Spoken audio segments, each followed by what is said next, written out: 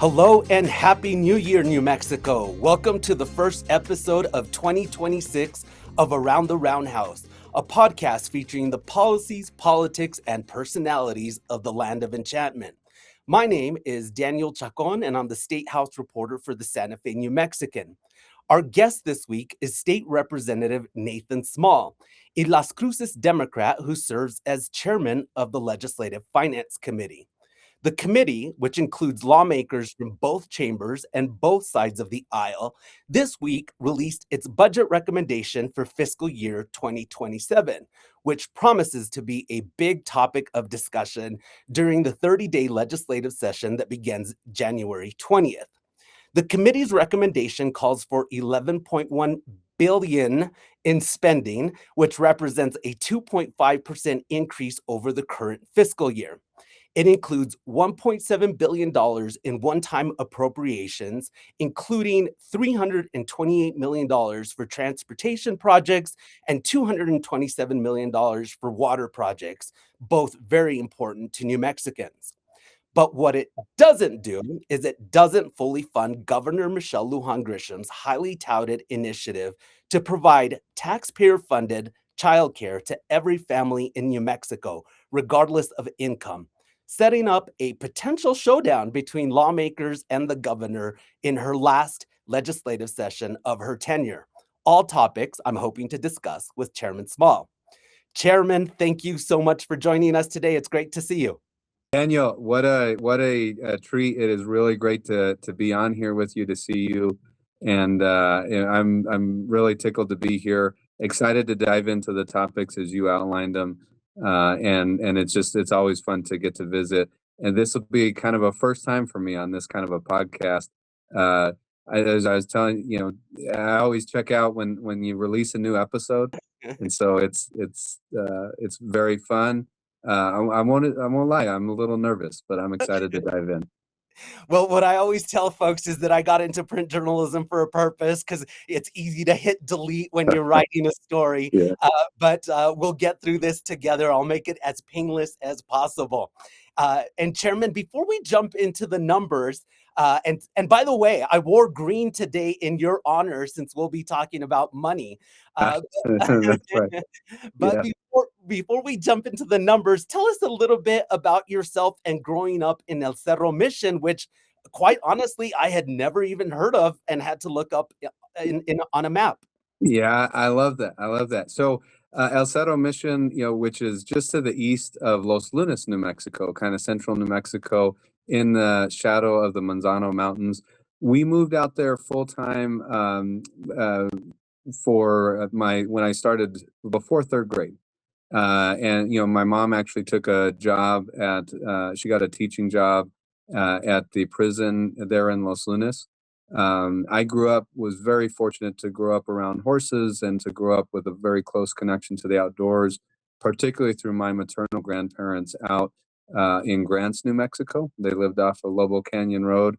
And I really wanted to try and have a place where we could have a horse and to find that acreage. And so El Cerro Mission, which is unincorporated part of Valencia County, dirt roads that have remained dirt. There's been some pavement, still dirt roads to get to where I grew up.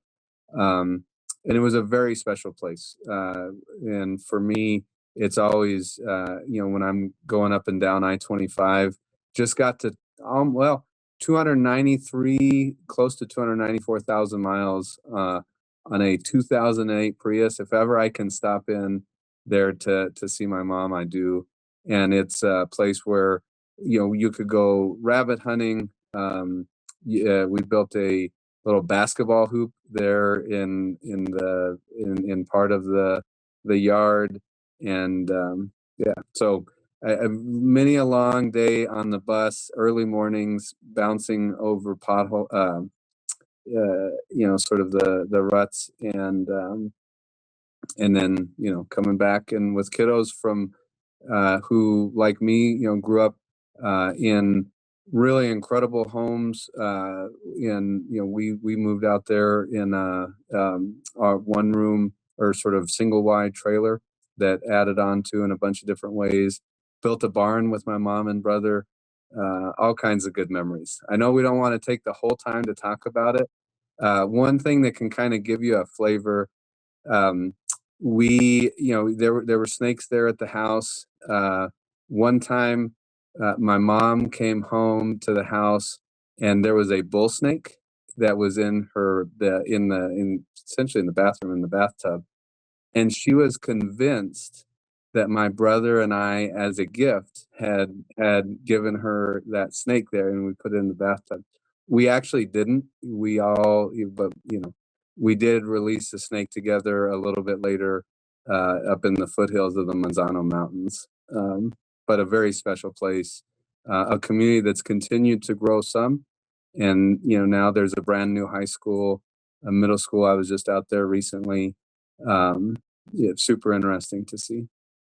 And Chairman, you mentioned because I know you to be an avid outdoorsman, and I was curious if you had any hunts or hikes in the works ahead of the 30 days. Man, yeah. So on the hunt, I did not draw any hunting tags this year. Did get the treat to go out with my brother and a good friend of ours. My brother drew a cow elk tag, which he was fortunate to fill just I think a day or two before Thanksgiving. So that was awesome. In Unit 17 on the west side of the San Mateo Mountains. And we're so lucky in New Mexico for being able to get to the outdoors close. Recently, I've been going a lot over just a little bit northwest of where we live down here in the valley, are the Robledo Trackways National Monument that then connect into the Robledo Mountains Wilderness and the Oregon Mountains Desert Peaks National Monument. And that's a short little drive right across the river. And very quickly you climb up into these really beautiful mountains. So the Robledo Trackways, I think it's called the Ridge Trail, is the one that I've been on the most recently. I still need to make a trip out there because I've never seen a javelina in person. Oh, yeah. In the wild, I should say. Yeah. They're incredible, very family. They travel oftentimes in these big groups. They are deceptively fast, but they can also, they dig. They're down there sort of rooting around, and so there can be like one time or a few times you see in a big group, and some of them see you and run off. But then there'll be that one or two that are just really focused on getting that root out, and poor things, they got their heads stuck. They're looking down, and so then once they figure it out, though, they go catch up to their friends really quickly. So we will add javelina to the list. Sounds good. Yeah. And Chairman, some folks may not know this, but you're married to former Congresswoman Xochitl Torres Small. And I wanted to ask, is President Trump a topic of conversation at the dinner table? Yeah.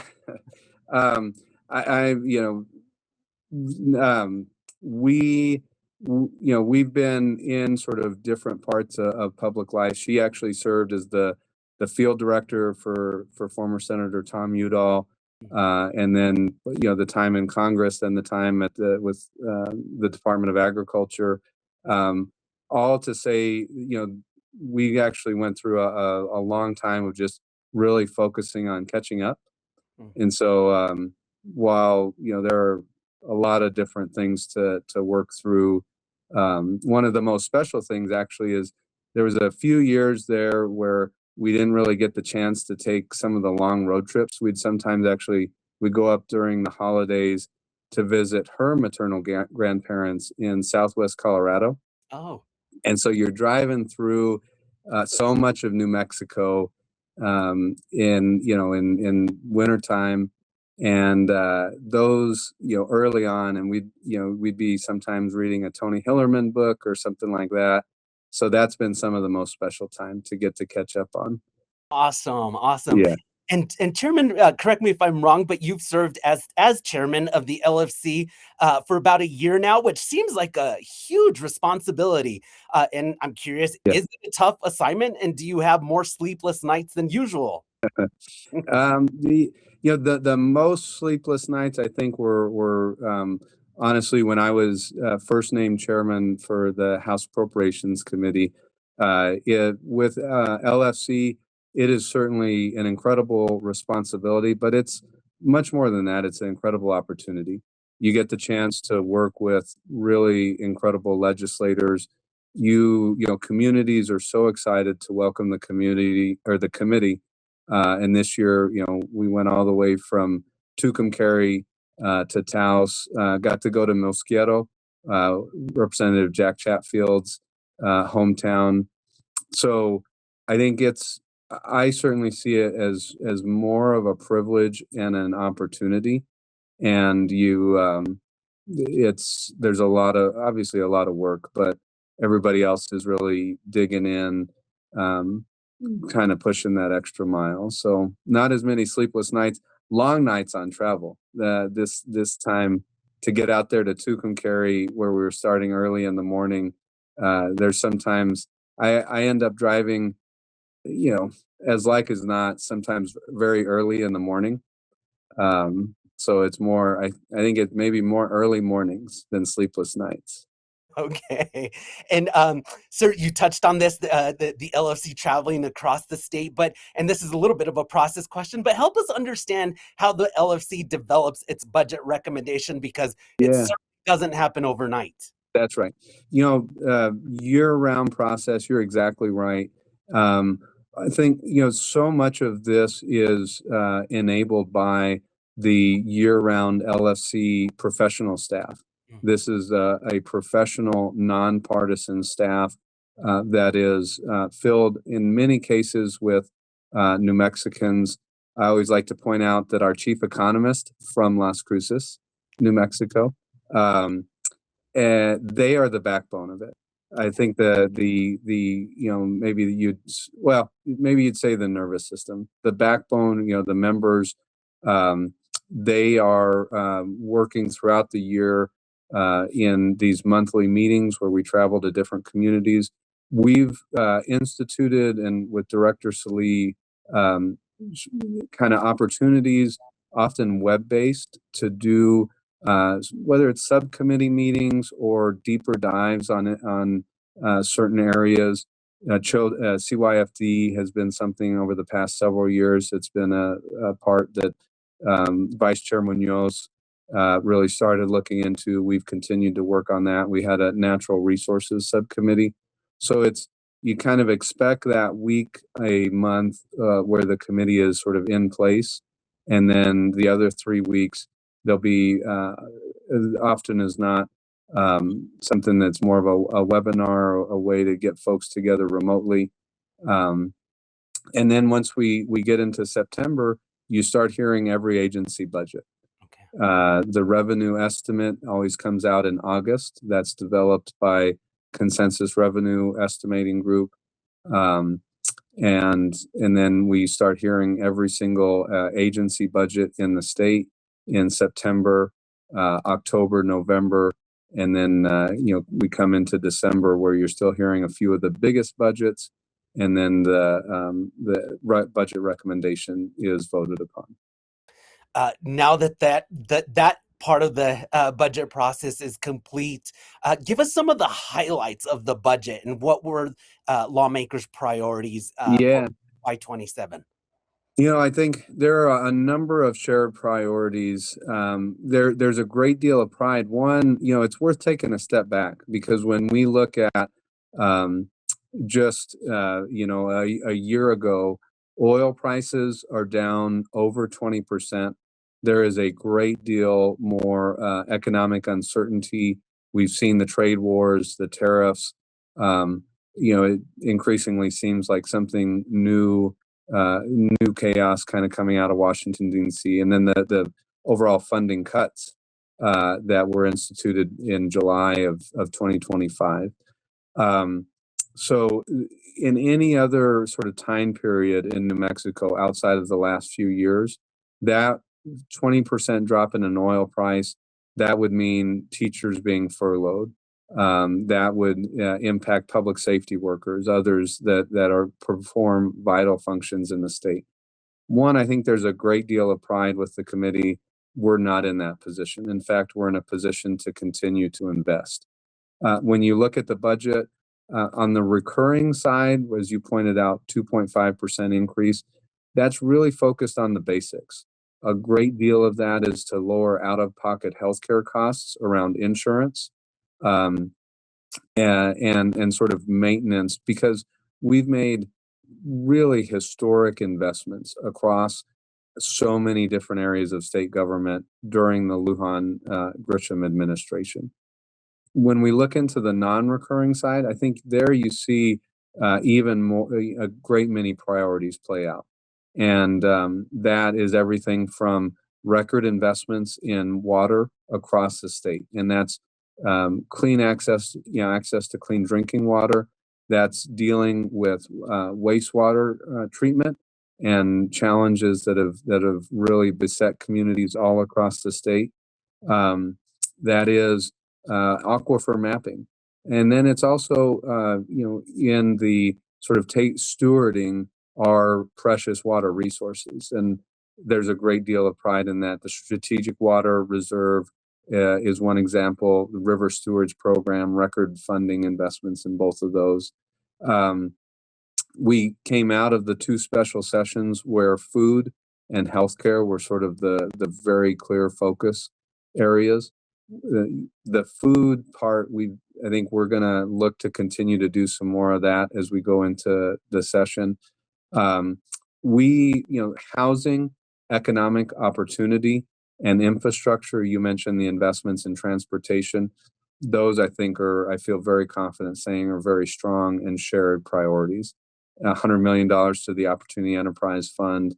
In fact, this is something that we're really starting to tune into, but New Mexico is in the top 5 right now for both job growth and family income growth, which is just super exciting. And now when there are jobs waiting and we've invested across adult education, higher education, training, these kind of bright spots, those are places that folks really want to focus on.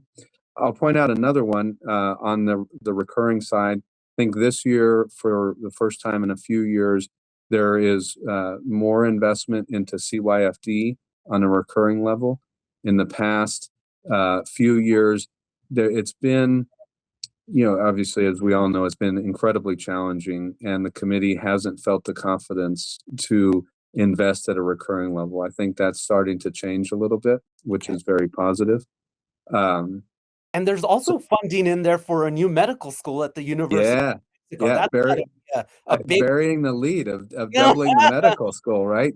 That's right. Committing this year to making sure that we're doubling the size of the medical school there at UNM, which is so exciting because not only does that increase healthcare access by having new healthcare providers, it's also going to transform that part of Albuquerque. The fact that I didn't sort of list that right at the top just shows how we've worked hard and become accustomed to being able to make some really significant investments on that non-recurring level. Something we have to continue. And on the medical school, expect as we go into the session, there's going to be a lot of focus and talk about residencies. As folks go through that medical school, the next step are residencies. Getting more residencies across the state, particularly in rural areas, is going to be a focus for the committee as well. Chairman Small, help us understand some of the key differences between the LFC's budget recommendation and the governor's. Yeah, some of the global differences, as we know, so many of the similarities and similar values and focus, I think, that infuse it across the board. One, just on a recurring level, the Legislative Finance Committee framework spends less. So we have a 2.5% increase. A lot of that is in sort of two big areas right now. So that we spend a little bit less there. It gets a little wonky, but we have what we would sort of look at as perhaps truer reserves. We take a big fund, the Grow Fund, that is used to sort of test ideas for 3 years, fully fund them, and then evaluate what we need to continue funding, what's really getting results for the state, what can maybe be discontinued. We're taking that out of the reserve calculation, so that's going to give us more liquid reserves that, particularly as we face what is quickly becoming a very challenging and quickly changing world. Those are some of the biggest areas. We right now we fully fund an 80-20 split for healthcare for educators, really focusing in on lowering those out-of-pocket healthcare costs. And that's not something that's fully funded on the executive side. And then, as you alluded to and talked about at the beginning, within early childhood education and care, and particularly around childcare, right now there is still a gap between what the administration is recommended and what the initial starting point, really right way to think about it is the starting line with the Legislative Finance Committee recommendation. Well, help us understand why it is that the LFC budget recommendation does not include or call for full funding of the governor's initiative, which has, really generated a lot of attention across the nation. Yeah, I think this is the point at which you expect differences. New Mexico is a state where, different from most other states, in fact, the vast majority of other states, the legislature builds its own budget. And the executive does as well. So this is a time where you sort of expect, and frankly, you want differences, because that's what one of the big things that we can work through during the session, through our committee process, and with all of the members of the legislature. The starting line in the Legislative Finance Committee and our recommendation is the constitutionally mandated early childhood money, the increase from the land grant permanent fund, and dedicating that. And I think what we really are looking in, the governor made the announcement toward the latter end of last year.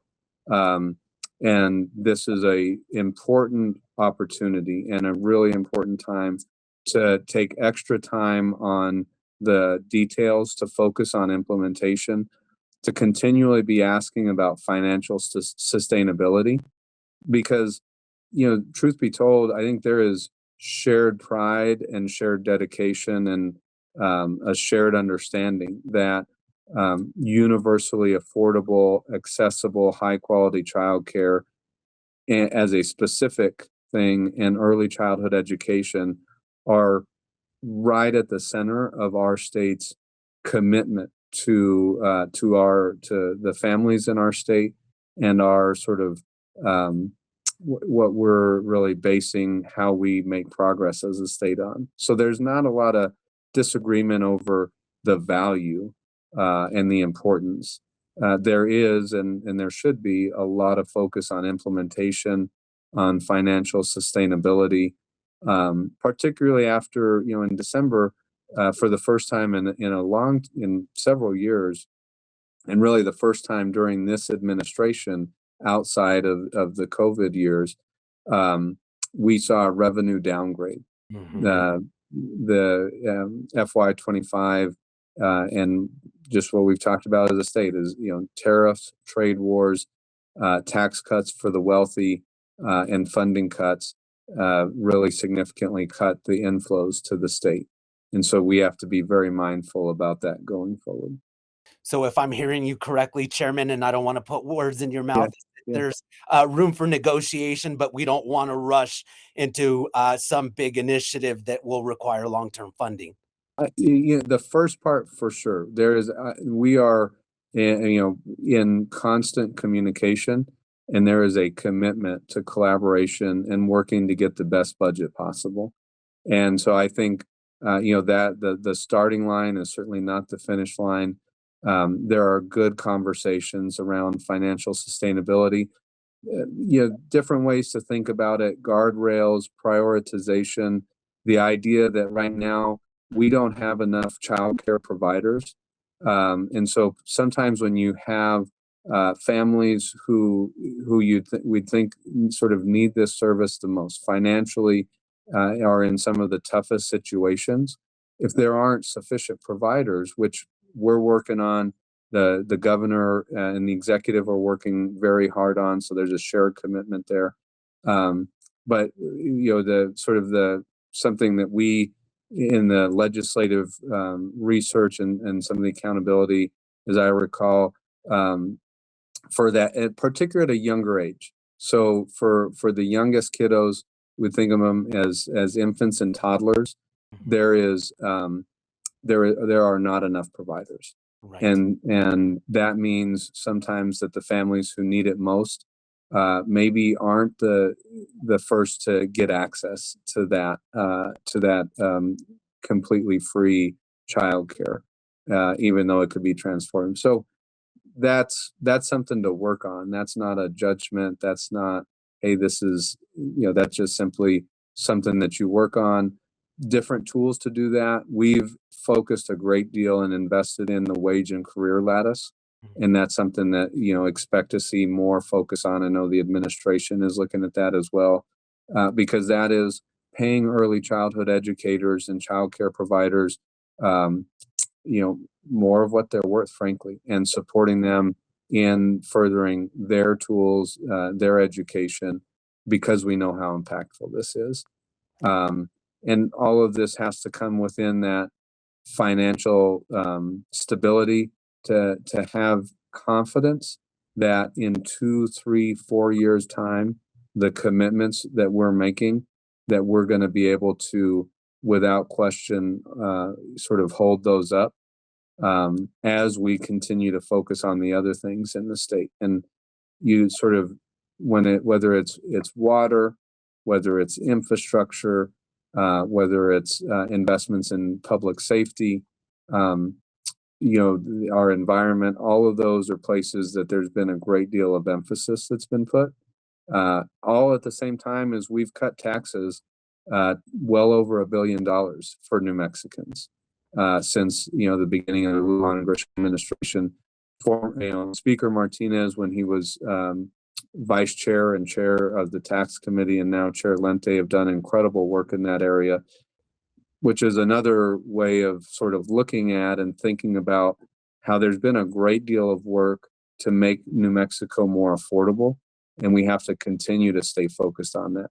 And universal affordable childcare clearly falls into that category as well.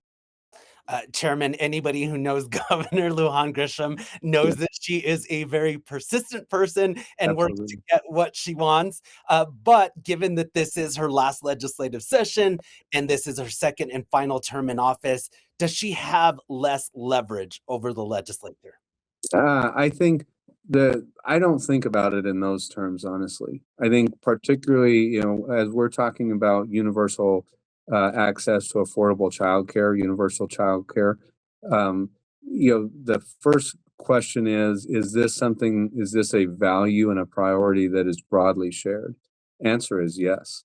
So then it's going to be about sort of working closely, putting your heads together, sharpening those pencils to work through the details, because that is, that is our responsibility. And I think, we take that responsibility within the legislature. I know legislators do, and, we talk about, especially within the finance committees, to make sure that we're keeping the state on a strong path. We're not getting over our skis. I talked about it there a little bit ago. We can look back in the history of New Mexico, which is we have changed from a financial trajectory standpoint completely. We don't want to sort of go back into a mode where a big new investment today could be, painful cuts in a year and a half, 2 years time. And that's another way to think about sort of, whether it's phasing, prioritization, additional, excuse me, additional financial sort of inputs from various areas that help contribute to that financial stability. All of those have to be on the table when we're balancing the books, making sure that we can do this. Okay. Well, Chairman, January 20th is right around the corner, so Yeah. we'll see what happens. Yeah. Chairman, am I missing to ask you anything about the upcoming session, the budget, anything you'd like to share with our viewers and listeners? Thanks so much. I would urge folks, and I know you'll be tuning in. You do such a good job in being there in the building, being connected. We'll start on the House Appropriations Committee Monday. So this coming Monday, we'll be up and running. And then on January the 21st, so the second day of session, we actually have our first early childhood hearing. So one of the things we're really proud of in House Appropriations is working hard, sometimes going a little bit long, working in subcommittees, bringing folks together, and encouraging public comment, whether that's folks who come and attend in person or who tune in online and share their thoughts. So that's the big thing, would encourage folks to tune in to House Appropriations and Finance, as well as the other parts of the legislature. And on the HAFC side, we'll get started on Monday. So I get to enjoy a little bit more sun, although it's pretty cloudy down here. We got some good moisture. Not the snow I hear you guys have up there. The Sangre Cristos are covered in snow. It's so beautiful right now. After the recording of the podcast, I might cut out a little bit early and go play in the snow. Good for you. Good for you. I might see it for the first time. I have some snowshoes, so maybe if we get some, we all need the snow, and maybe there's a chance to do a little snowshoeing. But thanks so much. I really appreciate the opportunity and look forward to dialing in as we go through the session. For sure. Well, thank you, Chairman, and thank you to our viewers and listeners, as always, for tuning into Around the Roundhouse. Join us every week as we talk to newsmakers in the political realm by subscribing to our podcast through Spotify, Apple, YouTube Music, or wherever you get your podcasts. For the latest developments, follow our coverage online at santafenewmexican.com, where we will be providing live coverage of what's happening at the Roundhouse during the 30-day session, and where you can also subscribe to our political newsletter, The Roundhouse Report. Until next time, I'm Daniel Chacón, and this has been Around the Roundhouse.